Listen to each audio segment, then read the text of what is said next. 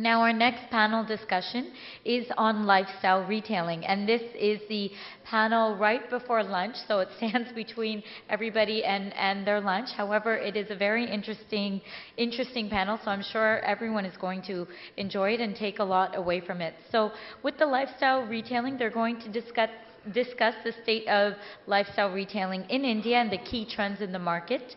And they'll also look at the key challenges and opportunities in this segment, as well as the cyclical nature of sales and how that would affect their business. We have a great panel, and before I invite them onto stage, I just request everybody maybe to make their way into the seats. Please feel comfortable. Lots of seats in this area over there, so don't feel shy.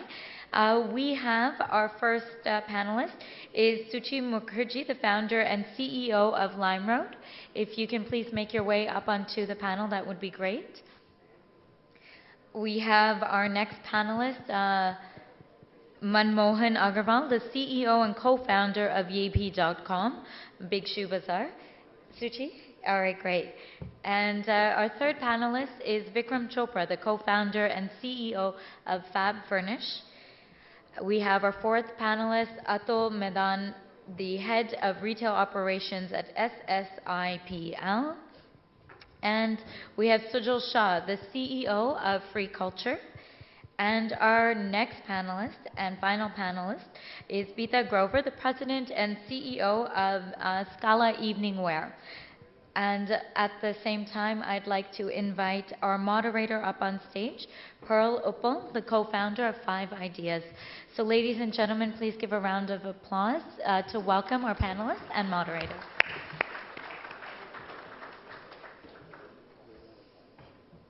Do we need an extra? Can we get an extra chair, please?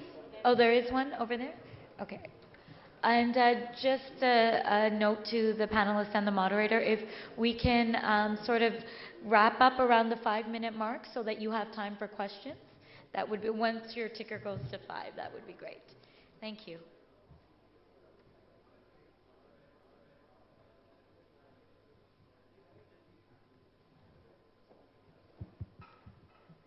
Hi, good afternoon.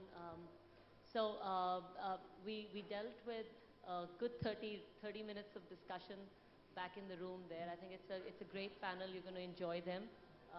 Very quickly, if we could have a minute from each of you guys introducing the business that you're in, the category that you represent, and the business model.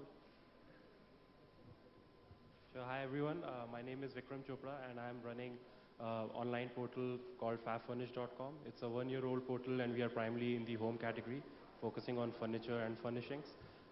In terms of business model, we are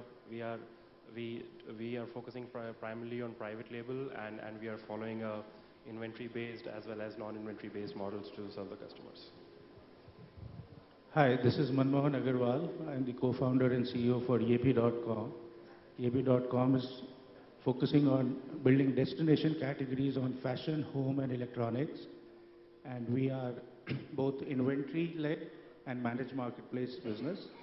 And we have built out an infrastructure for e-commerce, which is fulfillment centers and last mile delivery network. Thanks. Good afternoon. My name is Atul Madan. I represent a company called SSIPL Retail. We are in the physical retailing space, operating in the marketplace. We are the franchisee partners to Nike, Levi's, Lotto brands in the country and operate physical retail chains for them. We operate about 300 stores across India. Thanks. Suchi Mukherjee. I'm actually returning to India after 16 years, primarily because I think Southeast Asia is the world's manufacturing hub. And for the women in this country and eventually globally, we're on a mission to build the most extensive discovery platform. That's what LimeRoad is. It's a way to discover great product. If you were to categorize us, we are at the fanatical end of managed marketplaces. Happy to talk more. Just great product for women. Hi, I'm Sujal Shah. I co-founded and run a company called Free Culture, which is a lifestyle apparel brand focused on premium basics. and lifestyle essentials. We use the web as our primary channel to get our brand out there. So we have freeculture.com as our channel. And we'll talk, I think, with this panel about a lot of differences between single brand, multi-brand, online, offline. So I think this will be fun. I'm Beeta Grover. I founded 27 years back Scala Evening Wear, which is a social occasion evening pageant dresses, prom dresses category of apparel in the US. And we manufacture from India and China. And we started out selling mainly to department stores, sold to almost every department store in the US. And now we sell more to specialty stores in the US and in about 89 countries across the world. And we sell a lot to online retailers who have now become a significant portion of the business. And we have challenges from selling in different distributions and different markets. Okay, so we'll take up a very key area of any e-retailing or retailing for that matter, which is inventory. And across the panelists, there are multiple formats that they've experimented with and adopted or still experimenting with. So Vikram, to you, you said that Fab Furnish is a combination of a marketplace and a retail model. And what is that, and how does that, what's working, what's not working? Right. So in our case, our main categories are furniture and decor and furnishings. Furniture is a very unique category where there are very limited vendor base. There's very limited, so a lot of the back end has been being developed by us. And in that case, to be able to ship it to the customer, to be able to give the right quality, I think it becomes important right now to have the inventory-based model. However, for other categories, we are also experimenting with non-inventory based models, which is primarily managed marketplace. And the idea there is to grow our assortment in terms of its width, because we would rather figure out, let customer decide what they want to buy, and based on that refine our assortment. And we are not trying to second guess right now what customer wants. So our first phase is to really widen our assortment. But at the same time, we are using managed marketplace to widen our assortment, and as and when we are able to figure out the styles which work or the products which customer like, we take them back in inventory, because we also want to give a fantastic customer experience. So you said two things. You said fantastic customer experience means own inventory, and otherwise go to a managed marketplace. So what do you manage in this? Like, why do you call it managed marketplace versus a regular marketplace? I think for a couple of reasons. One is there's only limited number of vendors we work with.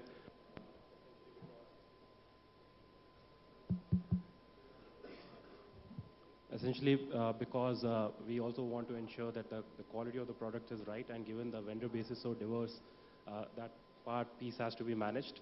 And also, I think what we do is, in most of the cases, we try to get the products first to our own delivery fulfillment center, and from there we ship it. So I think that is the part we control, but of course that results in some time delays in the product reaching the customer. So I think that is the part we focus on. So Manmohan, who runs Yevi, he's the oldest amongst all of us here in terms of the number of years he spent building a lifestyle e-retail business. And we talked about it at the back room, and everything that we were talking about, he's done this before, right? So Manmohan, how do you balance between the loss of customer experience in a managed marketplace or pure marketplace versus the stock to sell portion of your business? How do you really, like, because the customer is the same, once he's going to experience that and once she's going to experience that, so how do you manage that? So when we talk about inventory, and as a retailer, I would say you can't sell anything if you don't have an inventory. So inventory is must. Let's face it that what we are discussing here is whether I keep the inventory in my control or someone else keeps it for me. But the inventory has to be blocked, earmarked, if it is going up in a online store. So that's been a challenge. When we started off, we realized that we never had suppliers who believed in online retail, so we were not left with a choice but to start with the inventory model. That's a starting point. The other point was, when we talk about customer experience, there are multiple issues around experience. One, there should be zero stock out or there should be 100% fill rate. If you have an order, you must fulfill it. Second is time to delivery we have seen over period is very, very important. So if you have the physical control of inventory, you can ship it faster, obviously. And the quality of products is very important. And to give you some statistics, today also largely we are inventory led and we have our own warehouse and all that stuff. We do a quality check of every unit which comes into the warehouse. 4% rejection I do at the time of inward, which if I don't do, this will eventually go out to the consumer and come back to me. I mean, consumer experience obviously goes bad, but it also adds to the cost to the business. Having said that, in last 3 years, what we have seen is there is a fair degree of maturity, which is now coming in some suppliers who have dealt with one format or the other of so-called marketplace. And they now understand that if you put up your inventory live, there is certain amount of credibility and hygiene which is required. So we have very slowly started opening that piece also. And to answer Pearl's question, how we do it is we give a differentiated promise to the consumer at the product page. And the products which we have in inventory, we say this gets instant shipping. The ones which we don't have, we say that this will take a longer time to ship out.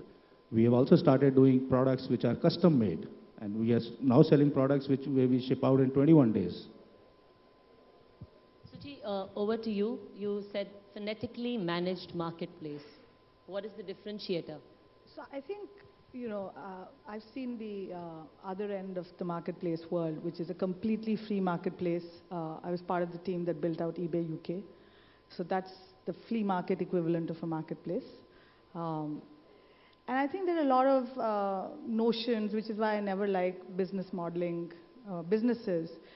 Managed marketplace doesn't mean that you don't necessarily put inventory into your warehouse.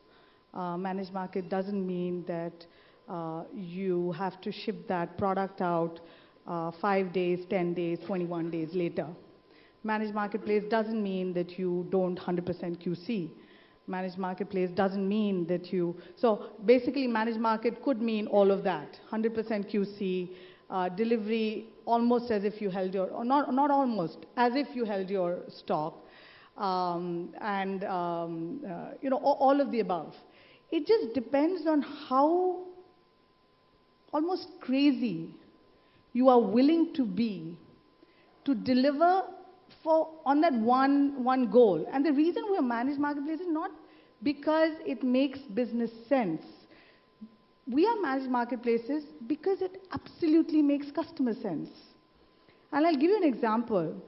If you had to corral together a platform that brought to the customer every single brand in Southeast Asia, you simply cannot buy your way into it. Period, end of story. So if you can't buy your way into it, you've got to find a scalable model which delivers the customer promise of discovery, and then you build the backbones according to it. So the reason we are managed is because the promise of getting every single vendor that's out there that has great product cannot be delivered if we bought our way into it. So I think, so I really feel super strong about it.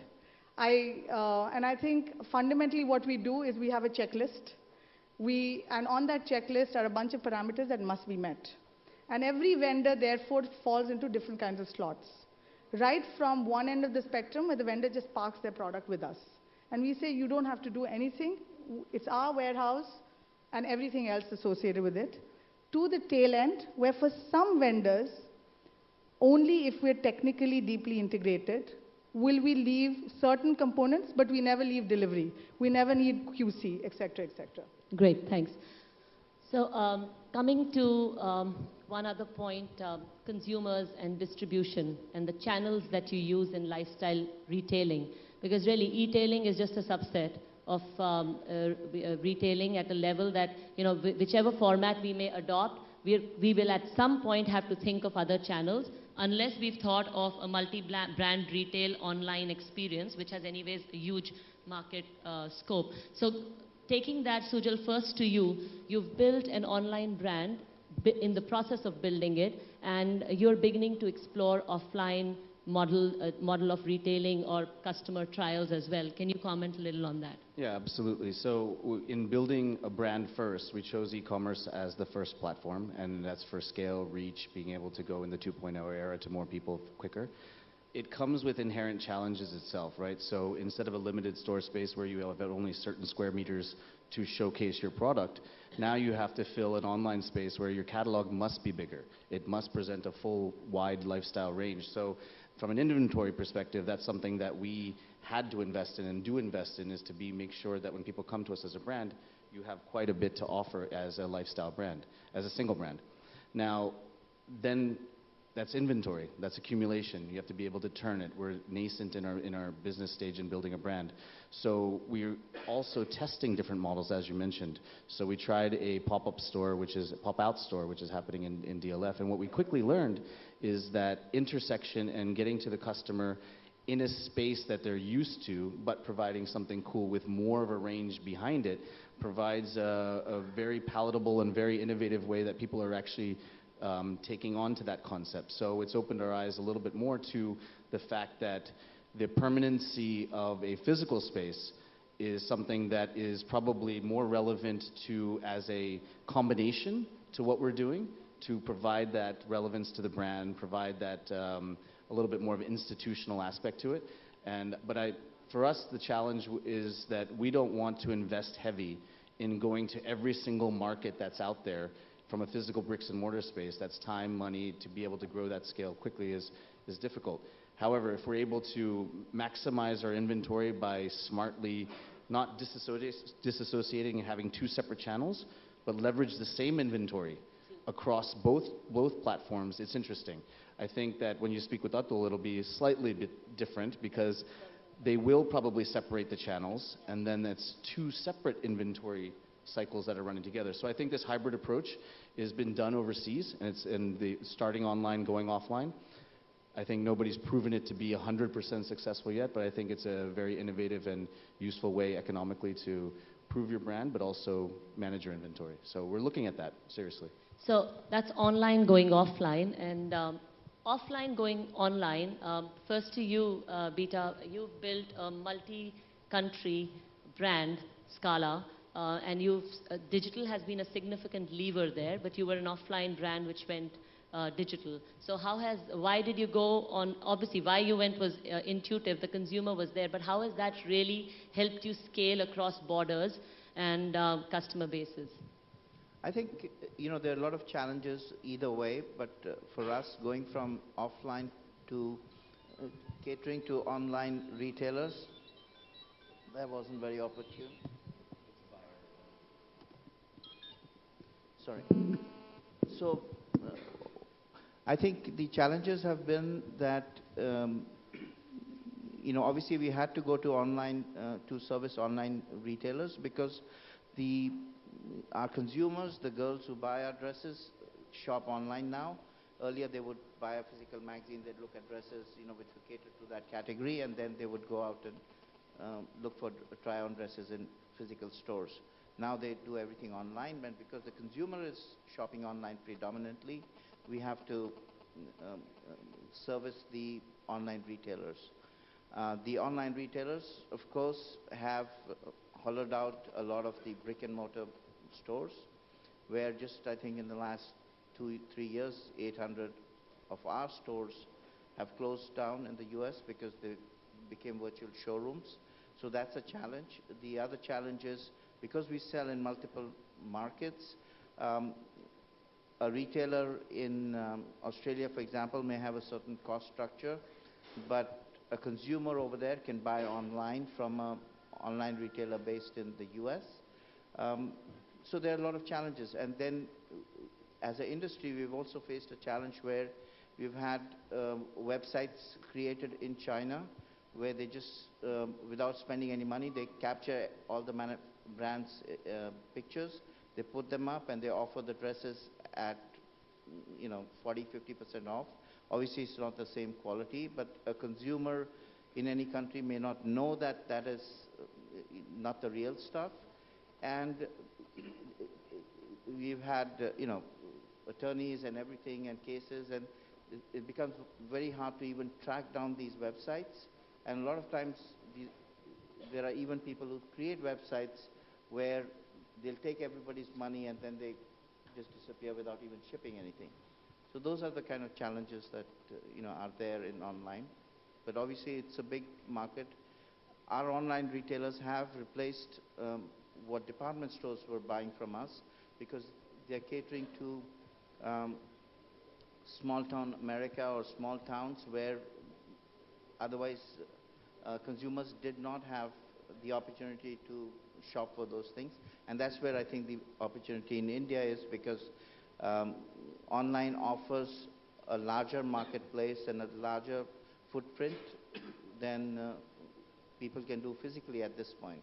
Yeah. Atul, to you, a very different business model till now. You're franchising big brands, sports brands, products in offline world, and now you're taking a serious step forward online. Why are you going online, and what do you think?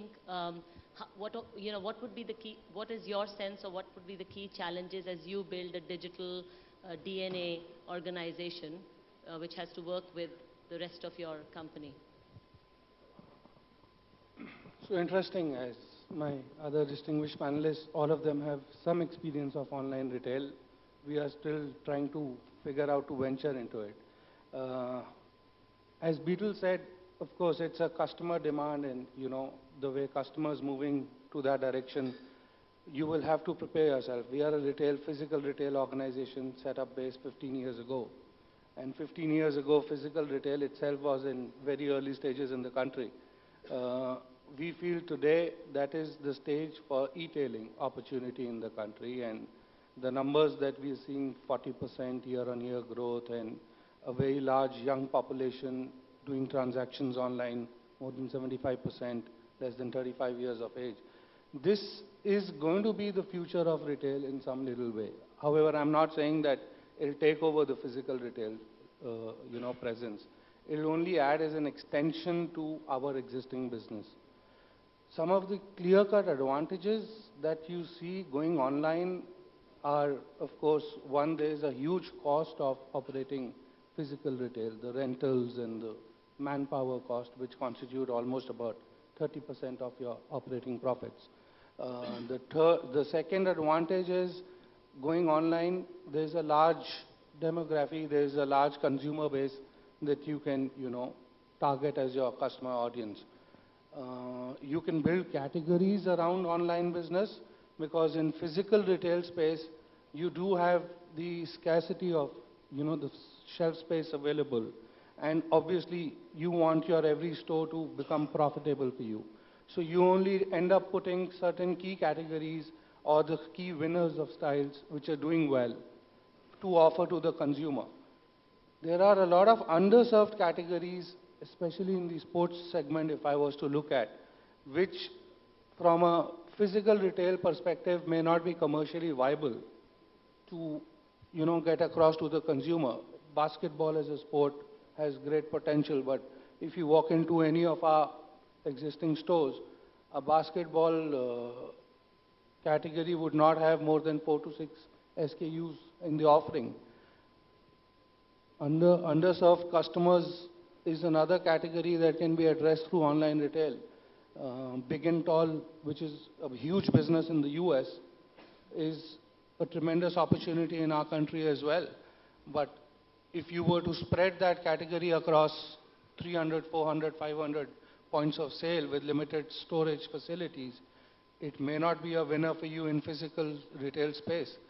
So, as a strategy, I would say that, yes, this is where the future is. More and more consumers are looking at online shopping. You are addressing a larger audience. You can build categories across business models, and that is the approach that we'll take. Yeah.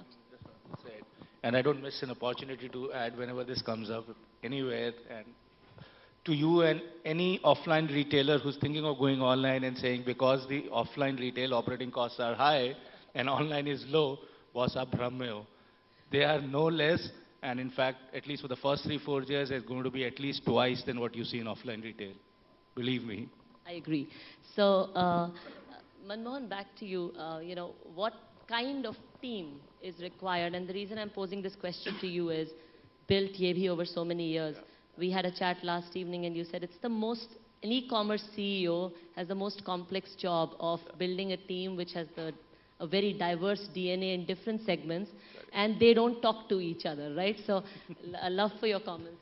Sure. So I keep on saying this, that an e-commerce company, and when I say I'm more reflecting to a company like ours, which went out building so many things on our journey, I think it's a confluence of 3 or 4 different genre of companies if I have to see what exists today's world. One would be obviously a retail company. So an e-commerce company must have a very strong retail DNA. And the other is a technology DNA, because it's an on-the-run technology, and there is no plug-and-play technology to my mind available anywhere in the world where you can say I can buy a technology off the shelf and build it, because you will go out carving your own business and the needs of the technology will be different. So our technology DNA is very core. And then there is a very strong forward logistic DNA, which if I have to make a parallel, it's a courier company DNA you need to have in the company, where you say that the moment an order is there, and we call it click to door, click to ship, and ship to door, it has to be really fast. And then there are reverse logistic issues. So there's a complete courier company DNA which comes into the play, especially with payment mechanisms like cash on delivery and all that. So it gets complicated. And most importantly, the only touch point you see with the customer is your customer contact center. And come to think of it, if a customer is calling your contact center, he's already in some grief and pain. So you need to have a call center DNA in the company. And when you start hiring people, you think, look, all these 4 different creatures look very different. They think very different. They come from a very different industry, and therefore the way their past industry has treated them has been very different. I today also deal with a problem. My tech team wants a Saturday off, and my retail team is willing to live with a Saturday and Sunday working. So how do we deal with it?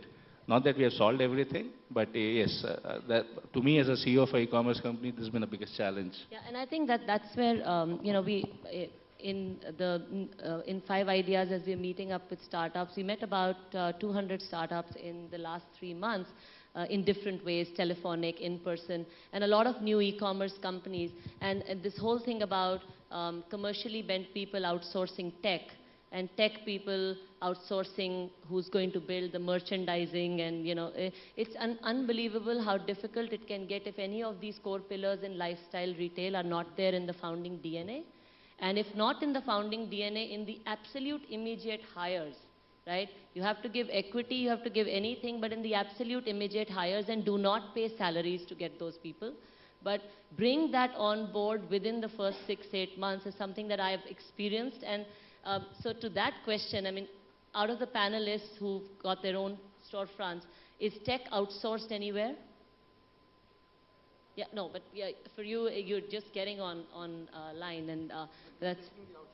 You're taking the outsource. And why did you, Atul? And why did you not in-source? Because that is a challenge a lot of people getting off the ground face. They think that for now, so it's different if you're just putting on a quick and dirty shop up, and you need to do a POC, customer POC, and then you'll build your own piece. It's slightly different, but at scale, how, or let's say even medium term, how do you see that playing out, and why did you choose an outsourcing decision? See, as I said, historically we are retailers, we are not a tech company. And as Manmohan rightly pointed out, if you were to put all the 4 pillars together, supply chain, technology, sourcing, merchandising, there are 4 different DNAs. So we have our own specialization in merchandising, in sourcing, in customer service, selling of the products. It was a very conscious decision that we are only looking at this business as an extension of our overall retail portfolio. We're not trying to build an e-commerce company around it. This is going to be an extension of our retail business. Therefore, it is best left to the specialists to provide that service. Fair enough. So on the contrary, Vikram, I mean, it could be for anyone, but I'm asking you that how important or how critical do you find as a but as the guy on top, to have your technology in control and constantly innovating? How do you see is that as a business enabler or a driver? Because these are two completely different ends. Right. So we definitely, I don't think technology is driving the business. I think business is primarily driven by your assortment and the range that you can provide to a customer. But technology is a very important piece of the overall game. For example, if I look at furniture, it's a very, very specialized category, which typically anybody would say requires a lot of touch and feel. Now, online you can't provide touch and feel the kind you provide physically, but how can you provide alternate experience, which is like having a 360-degree view of the product, or like, let's say, even a simple tweak that I want to do on my website, which is to have bigger product images. Now, if you outsource it, a lot of these flexibility goes away, and I think that's why it's very important for us to have it in-house. Also, there are features that we would like to provide to a customer. For example, their ability to vote on a product, or their ability to reply on a product which is sold out, that remind us when this product is back in the stock, or even the kind of promotions we want to run for a customer which is in a tier A city versus a customer which is in another geography. So I think keeping all those in mind, there's a lot of business decisions that we are taking on an everyday basis. Get executed only when you can quickly have the technology team response and create those solutions for you. So it's very important for anybody who's looking to get a scale to have technology in-house. Otherwise, it's very difficult to differentiate, and you are just another store with very basic features on your store. So coming to distribution, consumer, finally it's the customer who's buying, and what really works as you build an e-commerce lifestyle brand or a platform? I think there are a couple of things I'd love for panelists to comment on, and we could go, and like anyone who's, like Atul, you may not want to answer this because you haven't gone there as yet, but here are a few things in my head I'd love for you guys to tell everyone. One, these whole debates about online versus offline. Basis your experience, just answer these debates for the audience at large. Online versus offline, organic and viral growth versus paid advertising growth with rising customer acquisition costs. Social commerce, huge amount of hype and some beginnings of that to start to deliver to businesses. How is that impacting you, and how are you taking the next steps? And so that we don't have to again go the same way, also as the CEO of the business or core founder of the business, what in your mind, we've got to do many things right to get the customer delight, but what is that one thing which your customer is with you because of that one thing? And that's what holds the biggest priority every day, as you see, because people may attack you on different fronts, but that one thing you think you're not going to let go as the edge that your brand has. So Vikram, maybe you can go. Yeah, for us, the biggest thing is the range and assortment. We are not a discount player. We are not intending to. We want to be as much about merchandising and having the right assortment as an offline world typically thinks. So that is definitely the key area for us. And that also is also has an impact on the kind of spends that we do on marketing. I think times have changed. Everybody is becoming, from the time where there was a lot more aggression in terms of acquiring a customer, I think there's a lot more maturity coming into the market in terms of controlling those. And I think that again links back to what is your strategy. For us, it's having the right product. So we really want to grow more organic by word of mouth, through newsletters. I think that really is more of a focus on us, because we also as equal focus on repeat usage. So that is definitely what we are trying to drive our business through, to keep marketing down. Of course, we try all channels, but it's really about trying channels which are less costly and can give you more repeat.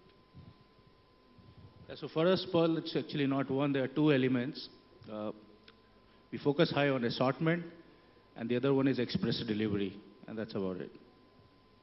And Manmohan, just one thing, just please tell the audience as to what's really worked for your brand to get the scale. Like, what's been the key winning bet that you've made in your distribution strategy?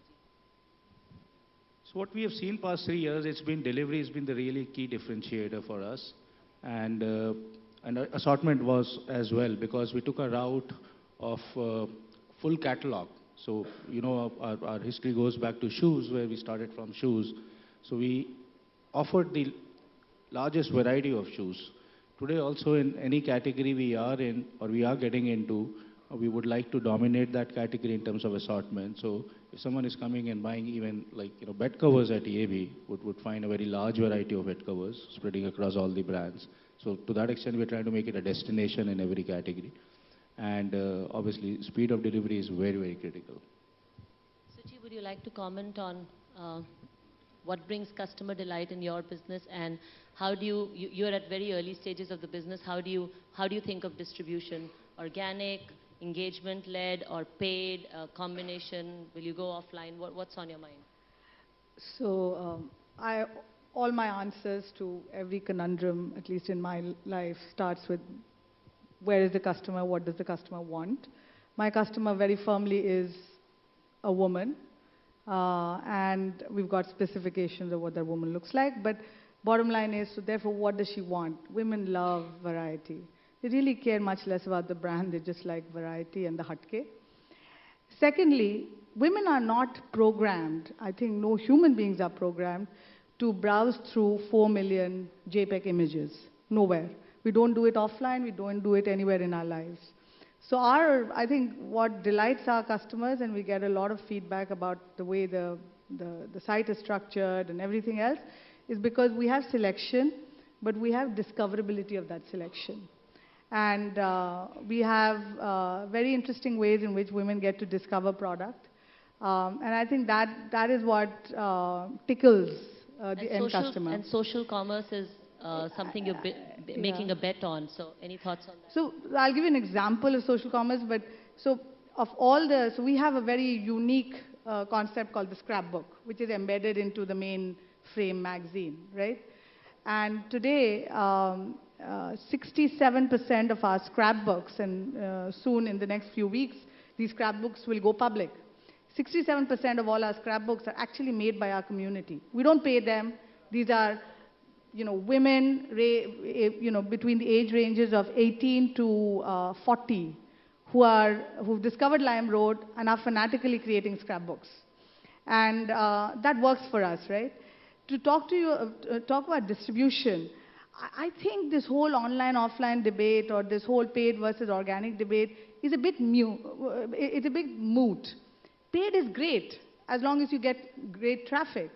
Paid is great if you can make sure that the traffic you're getting has a reason to come back to you, and that you don't have to pay again to get them back. You know, what has worked for us? People love our experience. So when we show up in Chandigarh, Ludhiana, or Jaipur, we get press coverage in every single daily. Our traffic shoots up. That's because we don't even have to pay the journalists. They just love the site design, the structure, the experience. Does it bring a smile to the customer? Yeah, I think that's the most important part. So while these guys answered assortment and some of those things, for us it's quality of product. So because it's specifically our own. It's not somebody else's. It's actually what's germane to our product. So quality of product is one, and that what you just said about brand. So it's the emotional connect. For a brand, that's bar none probably the most important thing. You can have the same product, and Suchi and I can make the same product if we were two separate brands, but the emotional connect to mine versus hers, if she were doing a single brand, is completely about the way you communicate with your consumer. So I think the whole paid organic sheet, I mean, everybody else has discussed that, but it's really focusing on how to get to your customer at every intersection, not just online. Online is a great tool for people to flash and see and remember and see free culture as it's there. And they can experience everything online, but nothing beats, you know, going into the mall and seeing a specific product, or you know, seeing your favorite player like Kolkata Knight Riders, where they're a casual wear partner, to see that a team and Shah Rukh wearing your products. I mean, the things like that are extremely important for brand building, and I think this entire mathematical and you know, a numerical approach to building brand is good for e-commerce from a metrics perspective. But if you don't have that thinking around brand and how you're going to consistently deliver that message, not for one season, but for an eternity, to be able to get that person to believe in your brand and come back over and over again, then brand building, I mean, it's something that's not going to work for a lot of companies online only. That's my opinion. So Calvin Klein, people know Calvin Klein to be a certain way. You have to build that within people's. And e-commerce is a fantastic channel to get exposure fast, but a lot needs to be done offline as well. And I think that cuts across whether you're building your own brand as in a product brand which you've introduced in market, or it's a multi-brand retail, or unorganized brands are being brought online in a long tail format. At the very core, I think the key point that the panel is trying to also bring out, that lifestyle retailing is about an emotional connect. And if you take the joy out of the shopping, or you take the joy out of the discovery, and the joy out what the customer felt when they wore the product, whether that joy is delivered by fast delivery or it's the fact that the product was otherwise not going to be available to you, the joy has to be there for customers to repeat. And for everyone has to figure out their own moment of joy with the customer.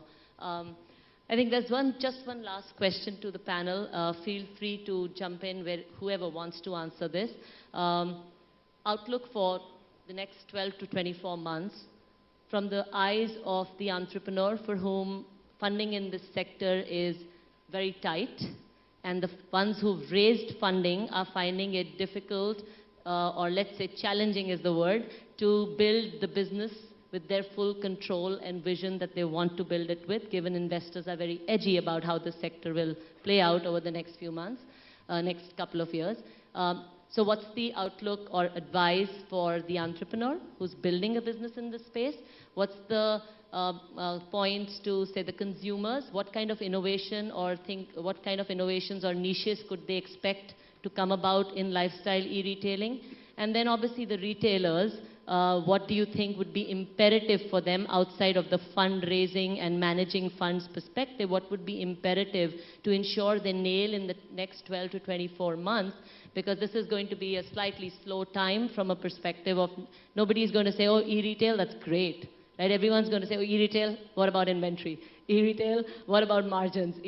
So, and we know that. So love for comments across it. You first. So, well, we know all the questions investors would be asking. We know what are their pain points. As long as someone is ready with those pain point answers, I'm sure there'll be capital available to them. But what I believe is that a bunch of companies, about a dozen or so, which went out, which got or attracted venture capital financing in the last 3 years and went out creating this universe, I think things are changing. They themselves are now focusing for a second innings, as we were saying, and that's going to be different. And that second innings for us is, businesses have become large also, so make them profitable.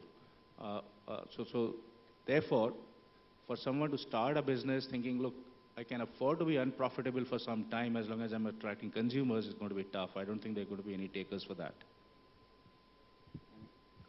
So my advice are really two things outside of the whole, believe in what you want to do. Intensely passionate about what you're trying to do, especially in this type of environment. So, and choosing the right people as your partners. And I'll tell you the reason why, an example. We had a choice to bring in a co-founding partner who was, we were doing e-retail. So we were saying, okay, natural to bring in a retail person. We actually we went back further deeper into our business, and product is most important to us. So we actually focused on product. Now there was a lot of pressure to go into the retail side of it right away. But if you don't build the right product first, if you don't have the right offering, then that's very difficult. So I think that was a right move on our part. But I think what sells a lot of people is the passion of the founders or of the team.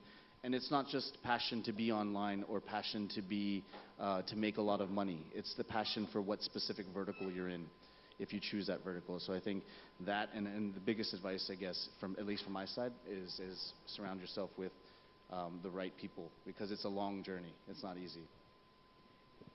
I think what you said was spot on, at least for us. I mean, when we started off this journey, we had funding before we had a business plan. But we cared a lot about single-mindedly building something, and that's what we're building. We've made dramatic decisions which are just against the market. We have said, I don't care about hitting 3,000 orders a day. I care about hitting 3,000 orders a day when I know that I can scale that 3,000 to 10,000. That means a lot of different things, right? And so you need to have investors on your side who just get it. they get, and this morning you would have heard one of our investors in the keynote speech, the reality of this is that there is no business today in India where long-term value to CAC, cost of customer acquisition, in this country works. There isn't. So even if you get to 3,000 orders a day and have burnt a hole through your VC funding, so what? So I think that there's only one thing I've got to say, which is understand the dynamic of this market. It is, 5 years ago, people used to think building an e-commerce business is about putting a bunch of guys or using Magento to launch your platform, and it would sell like weeds. It's actually a lot tougher than that. And if you make consistently the right decisions, because you're seeing real data, and don't fool yourselves. I think that's the most important thing. Very, very easy to fool yourselves. So don't fool yourselves, and just make sure that the VC you're going for, it's better to say no to a VC who offers you money where the chemistry doesn't work. And we would do that again and again and again. Because at the end of the day, you need supporters. And if you don't have supporters, you aren't going to build a great business. That's a great point on that note. So conviction, passion, and I think if your business is differentiated enough, there is still a lot of funding in the market. It's just a question of you can't keep rehashing the same story and making business presentations to investors, because they also get it. So it's not like they don't, but choosing your partners wisely. I think that's because, the good and the bad will keep happening. So choosing your partners wisely, both in your founding teams and your investors, a very critical point. On that note, open for questions.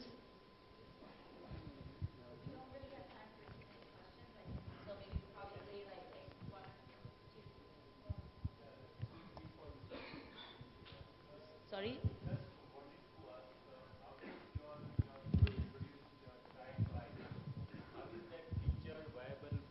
Marketing, your customer service, as well as customer experience and financial Sure. So it's not been very long. It's been a couple of months we have done that, and we haven't really done a mass communication around it. We have done that thinking of trying to solve a psychological barrier in the consumer mind that, let me try it out at least once, because we have all these debates of CAC, LTVs, etc., which I think it's too early for Indian e-commerce to have. We know how difficult it was to get the consumers online to buy lifestyle, and we have just crossed one barrier. I think it will be a little more time to look at that. To answer your question specifically, I think from consumer standpoint, experience standpoint, it's a great thing to do. From the financial standpoint, we can afford to do because we control a very large part of our delivery network on our own balance sheet. Therefore, there is not much inventory, not much incremental cost on logistics. And we also control most of the inventories. So the way I look at it, it's an inventory sitting on a motorbike or sitting in a warehouse. Doesn't really matter too much to me. Hi.